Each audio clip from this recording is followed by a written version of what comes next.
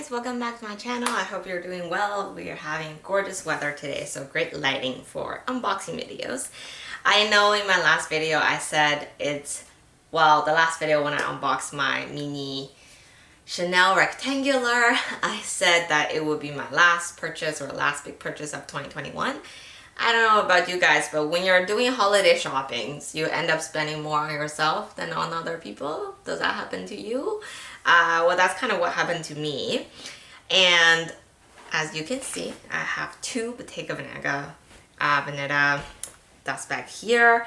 And if you follow the brand at all, you know their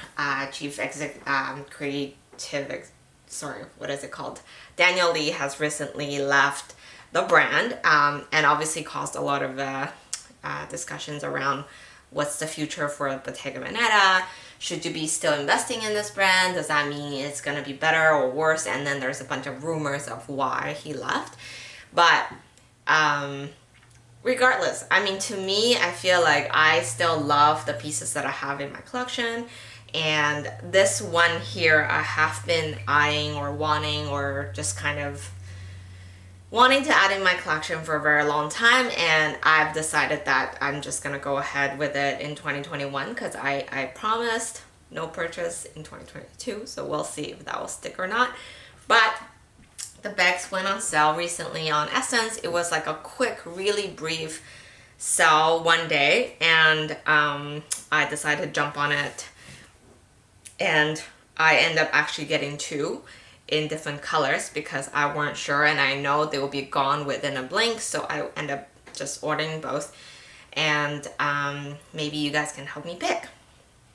So I'll probably say it in the title of it is this gorgeous padded cassette bag. So I'll bring out both of them so you guys can see. Oh my goodness, look at these gorgeous bags. So it is the Bottega Veneta padded cassette bag in the fondant color and in black. I don't know how the lighting is gonna come out on the video, but this one is kind of the dark chocolate color, fondant color, and this is your classic black one. They both come with gorgeous brushed gold hardware with their signature logo, and essentially the exact same bag, but in different color. And the reason I decided to go ahead and order both of them is because like I said, I know the sales will go out very quickly, and I do plan to keep one for sure. So I figured I would just order both in case I regret, or I don't know how they look like under actual lighting. You can obviously tell from their website or product website that the fondant color is different than black, but in reality, when you put them side by side or under darker lighting, it's actually really difficult to tell the difference at all. But regardless, they are the same structure, same design and everything, but just different color. So a little bit of background on this bag. I'll just use this one to show you guys. They're both ordered from Essence. This one is again, they have the engraving on the side right here, Bottega Veneta, and it is their very signature in Seattle woven leather kind of classic technique, but in a very different kind of interpretation, I would say. It's in this enlarged braids with padded leather. So this cassette also comes in two other versions, which is the cassette with the chain, with a really heavy chain, and the flat quilted, like no quilt flat version of it. I find the flat version to be a little bit more masculine. It's obviously more structured. The price on those ones are also a lot lower, but personally this one, for as soon as it came out, I think in 2019, I've been eyeing it. I did another video at one point to say why I didn't buy it. Again, I'm making excuses why I shouldn't splurge on another padded pillow bag. because I already purchased the 19. So I will definitely be doing a comparison video between this one and my Chanel 19. They're both in the family of padded pillowcase kind of, sorry, not pillowcase, pillow-like bags. It's, you know, the padded leather is still very trendy. You have that on the Yves Saint Laurent Louis bags and Chanel 19, and basically any of Balenciaga, they have very similar. Basically any brand, they have a version of some sort of padded bags. So I like it for a long time, but Bottega Veneta purchases, every time it just gets me because I know it's not an investment piece. Like unlike Chanel or Louis Vuitton's, I know I can buy it and still get, you know, a good chunk of the money back. Versus anything with Bottega Veneta, when you try to resell, it's pretty difficult, and it's not a brand that everyone would appreciate. And it's definitely like a trendy sort of bag. So, you know, how trendy bag is. Like you like it one day and maybe next day when everyone start to hate it, you might not like it. But the reason I went ahead with it is because it is in a very kind of classic silhouette, as in it's a kind of rectangular shape with a with just a crossbody strap. The strap has a nice, has 5 adjustable holes and has a nice looping, so it kind of stay intact with just a very simple logo that they have right here. This bag, it's probably one of the lightest bag that I have in my collection, which is perfect because I start to realize, you know, the weight of the bag does affect how often you reach for it and how often you use it. So that's another reason. And then based on the reviews I've seen, anyone who actually owns this bag really loves it and actually use it very frequently. So I think for those reasons, I've decided to just go for it because I know if I can make use of it, whether it's trendy or not in a couple of years or 3 years, as long as I use it, it would be, it would worth the money. So there you go. That's kind of how I've justified myself to make this big purchase again. Oh my god, and the pricing on these things, even though you can always find a good deal on these, but even with a discounted deal, it's still not cheap. It's getting up there comparable to like Chanel pricing, so it's definitely not your everyday purchase. That's why it took so long for me to jump into it. So the strap is also, the craftsmanship on Bottega though is always impressive to me. And you know, the leather is very shiny and puffy. It's in lambskin. Sorry, I should have mentioned that at the beginning. They do come in other type of leather. Previously, they had calfskin, they had shiny calfskin. Recently, they've launched like a patent leather as well. But I think overall, the lambskin is the most luxurious one. And based on what I've kind of researched, the lambskin on these bags are actually still quite durable.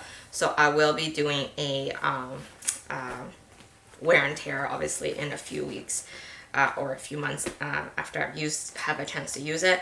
I do intend to use it freely because, like I said, the only way I could justify spending this money is if I use it regularly, because I know I wouldn't be getting much back if I try to resell it. So anyway, so I think what we can do is I can do some mock shots first, and then we can go into what it can fit.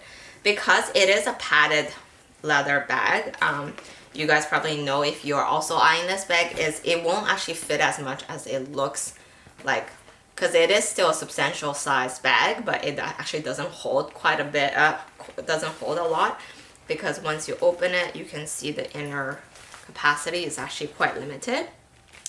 Another very interesting thing I realized once I got the bag is that because of the design, so it's a woven, it's literally just like pieces of leather kind of braided together, there is actually a lot of gaps in here. So if you expand the bag, you can see holes between between where the leather intersect, as means that if you throw tiny things like a backing of your earring or your earrings in here, it will be gone because it will escape through the spaces. There isn't another layer inside to protect things from falling out.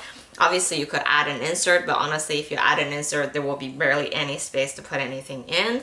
There is a pocket compartment in here, so that would be where you would store most of your smaller items. Comes with the Care Booklet. Like if you want to put like coins, or especially coins, if you throw coins in here, I feel like it will just escape. You can see my finger coming out of, that's kind of one of the largest space, I would say. It is a bit weird. I feel like as a bag, that seems to be, you know, not the most practical, but it's what it is. Let me know if you've been using that bag, if that's ever a concern for you at all. The pouch is not removable. It does kind of divide it into two different compartments. Again, I don't think that really changes much. But everything is really well made. Everything feels very durable. So we'll see how that works. Another complaint a lot of people have been saying is this closure mechanism. So technically you're supposed to like pull it down, pull the flap down slightly, and then hook it inside of the base. But some people don't do, if you do it very quickly, it's not gonna actually stick on very well. Or people are worried that if you constantly press on this middle part, it will start to dimple. So my suggestion is more like push it down, like push the whole entire flap down, and then have it close it that way. That seemed to be working okay for me. But again, it's just little kinks that it will vary between the bags, so you just have to play with it, and then it will come to you over time, I think. So I'm also noticing like the closure is slightly different between the two. I know they do change the version of the closure from time to time, so anyways, maybe that's just, but anyways, that's it. I'll show you guys how it looks on me. Another very interesting thing I've realized is this, if you want the logo to show on the body, like if you prefer this to be in the front, then you have to wear the bag on the left side. So for most people who are right-handed, I think you usually do the crossbody the other way around. So if you do left side, it looks like this. I have the black one on, by the way, right now. And then you could just like pull the flap down, open it up, access. I do find the adjustable lens to be quite comfortable in the middle, especially now with the belly. I think when after I give birth, or if I'm planning to use it more in the springtime, I will raise it a bit more. But right now it's super comfortable like this. So light, you guys. Like, this is the one thing I love about it. And just feels so luxe. The leather is great on this bag. You can obviously also wear as a clutch. A lot of people just do this, especially for Instagram pictures. I see most people carrying it like this. And then on the one shoulder, like this, whoop, like so. I'll show you guys quickly the brown as well, so you guys can tell me which one you prefer. I'm leaning towards the black, to be honest, you guys, but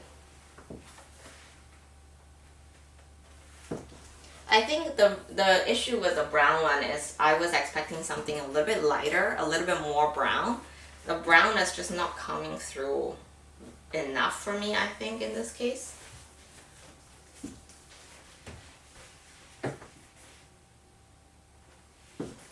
then, secure it like this. I think another thing is, if you are used to having it on your right side and want the logo to be in the front, then the flap will just be inside, like touching your body. But you can't really tell from this bag. The way it's designed, you almost cannot tell that it's reversed. And you could just like open it this way if you like. But it still works. Just little things that it might bother some people, but I think most people would overlook those things. Okay. So let's test it out to see what it can fit in here, which I really don't think is much. But my phone, no problem. A wallet, which is perfect. Another card case, that works well. A compact mirror, that's fine. Some wireless headphone, that's okay too. Lipstick. It's not a mini bag for sure. Some Tylenol. A travel size floss. It's fine so far. And sanitizer.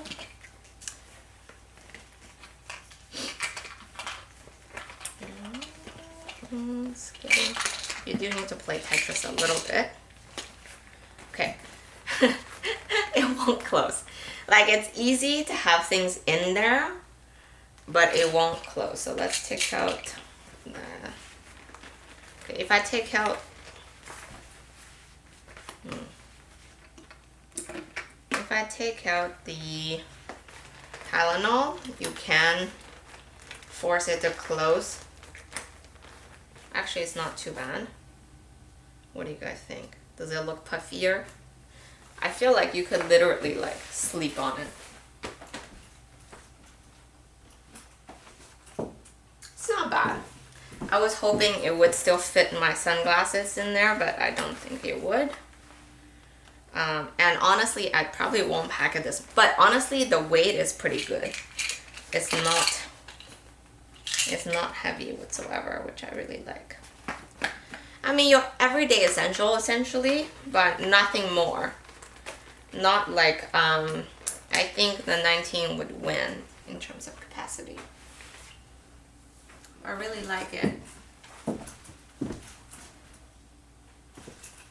Just a very understated bag. I think if you don't know the brand, or if you're not into these kind of, you know, bags, then you probably wouldn't even know about it. But I found the way the light bounces off the padded quilts to be very, very beautiful and to be very interesting. So yeah, I'll just take out everything again to show you guys quickly. Big sanitizer, that's a pretty big one.